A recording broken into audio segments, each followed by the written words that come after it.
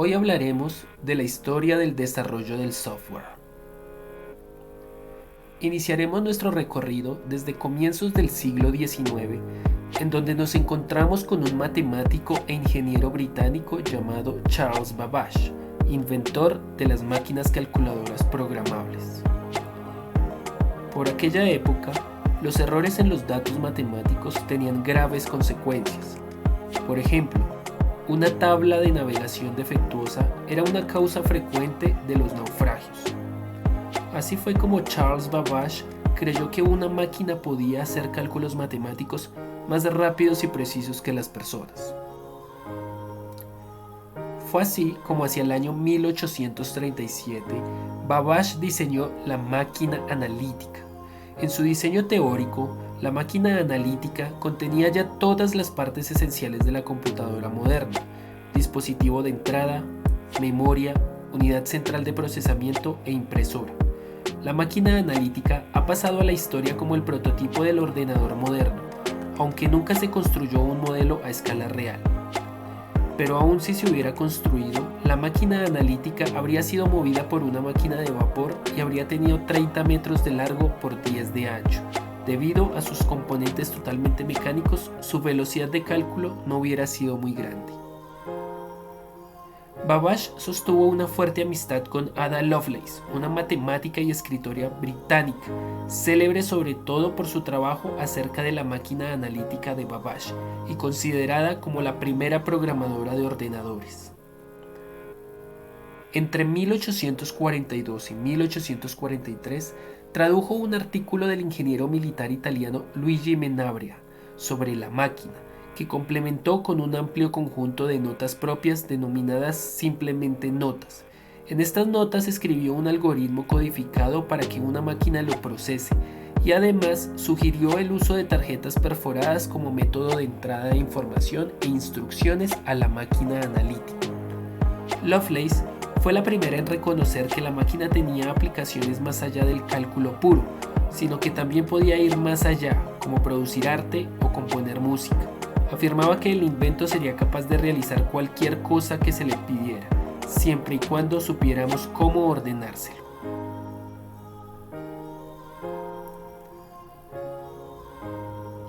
Ya en el siglo XX, nos encontramos con un importante invento, la máquina Enigma.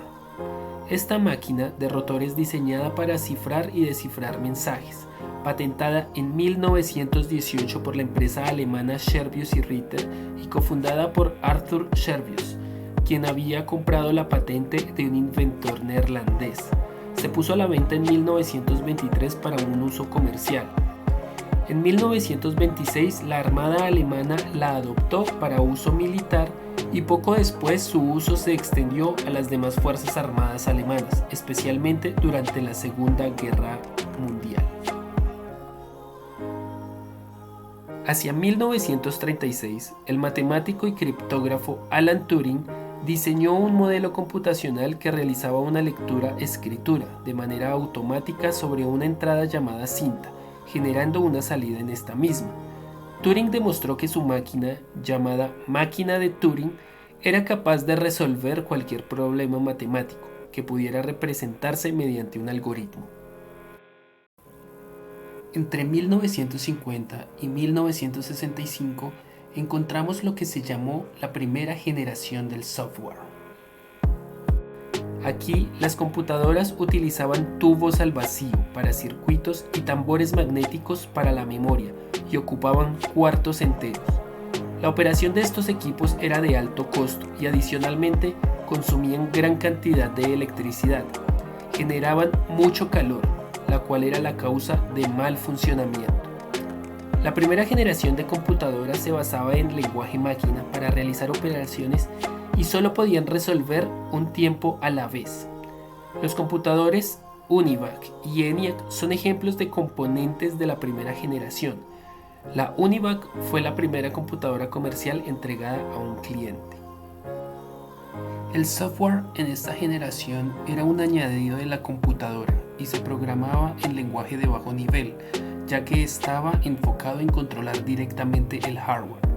El software se desarrollaba casi sin planificación y sin documentación. se programaba a prueba-error. Entre 1965 y 1972 encontramos la segunda generación del software. Los transistores reemplazaron a los tubos de vacío. Ejemplos de esta época son el IBM 1401 y el Burroughs B200. Los lenguajes simbólicos propios de la máquina simplifican la escritura de las instrucciones y las hacen más legibles. Se usan abreviaciones como ADD en lugar de números. Se utiliza el lenguaje ensamblador ensamblado a través de un macroensamblador, un lenguaje de máquina combinado con una serie de poderosas macros que permiten declarar estructuras de datos y de control complejas. En 1957 nace Fortran, un lenguaje de programación utilizado principalmente en matemáticas y en aplicaciones de cálculo científico. COBOL es creado en 1959 con el objetivo de crear un lenguaje de programación universal que pudiera ser usado en cualquier ordenador y que estuviera orientado principalmente a los negocios. La crisis del software. La crisis del software es el resultado de la introducción de la tercera generación del hardware. Es un hecho de que el software que se construye no solamente no satisface los requerimientos ni las necesidades del cliente, sino que además excede los presupuestos y los horarios. La crisis se caracterizó por los siguientes problemas: funcionalidad incorrecta, desarrollo y mantenimiento inadecuados, insatisfacción de la demanda, imprecisión en la planificación del proyecto y estimación de los costos, baja calidad del software, dificultad de mantenimiento de programas con un diseño poco estructurado, difícil y costoso. Por otra parte, se exige que el software sea eficaz y barato tanto en el desarrollo como en la compra. Carencia de información sobre qué se realiza y cómo. Insatisfacción de clientes y usuarios. Entre 1972 y 1989 surge la tercera generación. El desarrollo de los circuitos integrados fue la marca de la tercera generación. Los transistores fueron minimizados y puestos en placas de silicón, llamados semiconductores, los cuales incrementaron drásticamente la velocidad y eficiencia de los computadores. Surgen conceptos como memoria virtual, multiprogramación y sistemas operacionales complejos. En 1970, Intel introdujo en el mercado un nuevo tipo de circuito integrado, el microprocesador. El primero fue el 4004, de 4 bits. A partir de ahí surgen los microcomputadores. Aparecen lenguajes como Ada, C++, C#, Delphi Smalltalk, entre otros. Estos lenguajes no se enfocan en una especialidad, sino que permiten crear diferentes tipos de programas y se crean bibliotecas permitiendo la reutilización del código. De 1971, con el reemplazo de las memorias de núcleos magnéticos por memorias de chips de silicio y la incorporación de muchos más componentes en un chip como producto de la miniaturización de los circuitos. El tamaño reducido del microprocesador hizo posible la creación de las computadoras personales. En 1972, Bushnell lanza el videojuego Atari.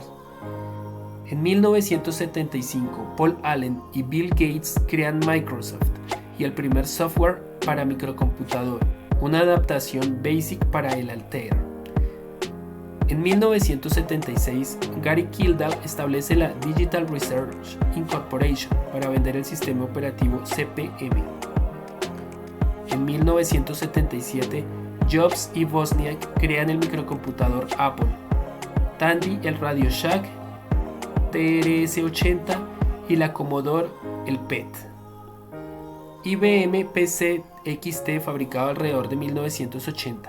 El sistema operativo era el PS-MS-DOS, el cual era un MS-DOS desarrollado por Microsoft para IBM. En 1982 es fabricado el Osborne 1. El sistema operativo era el CP/M desarrollado por la Digital Corporation. El software suministrado incluía un interpretador BASIC desarrollado por Microsoft, un compilador BASIC desarrollado por la Compiler System, una hoja de cálculo SuperCalc y un procesador de texto denominado WordStar. La cuarta generación se da en 1990. Los computadores son controlados por microprocesadores y se miniaturizan los equipos. Los equipos tienen mejor desempeño y mayor capacidad de almacenamiento. Los procesadores son cada vez más veloces y los precios más asequibles. Aparecen nuevos paradigmas de programación como ingeniería basada por componentes y programación orientada a objetos. Como principales características está el acceso a base de datos, capacidades gráficas, generación de código automáticamente, así como poder programar visualmente. Se facilita el mantenimiento de las aplicaciones. En la quinta generación, la tecnología es más portable y la capacidad de procesamiento es muy avanzada. Se inician los campos de la holografía y la inteligencia artificial. Internet. Sus orígenes se remontan a 1969 con la creación de ARPANET, una red de computadoras construida como un medio resistente para enviar datos militares y conectar principales grupos de investigación a través de los Estados Unidos. En el CERN de Ginebra, un grupo de físicos encabezado por Tim Berners-Lee crea el lenguaje HTML. En 1990, el mismo equipo del CERN construye el primer cliente web llamado World Wide Web y el primer servidor web. A inicios de la década de 1990, con la introducción de nuevas facilidades de interconexión y herramientas gráficas simples para el uso de la red, se inicia el auge de Internet que actualmente se conoce. Este crecimiento masivo trajo consigo el surgimiento de un nuevo perfil de usuarios y en su mayoría de personas comunes no ligadas a los sectores académicos, científicos y gubernamentales. Esto cuestionaba la subvención del gobierno estadounidense al sostenimiento y la administración de la red, así como la prohibición existente al uso comercial del Internet. Los hechos se sucedieron rápidamente y para 1993 ya se había levantado la prohibición al uso comercial del Internet y definido la transición hacia un modelo de administración no gubernamental que permitiese a su vez la integración de redes y proveedores de accesos privados.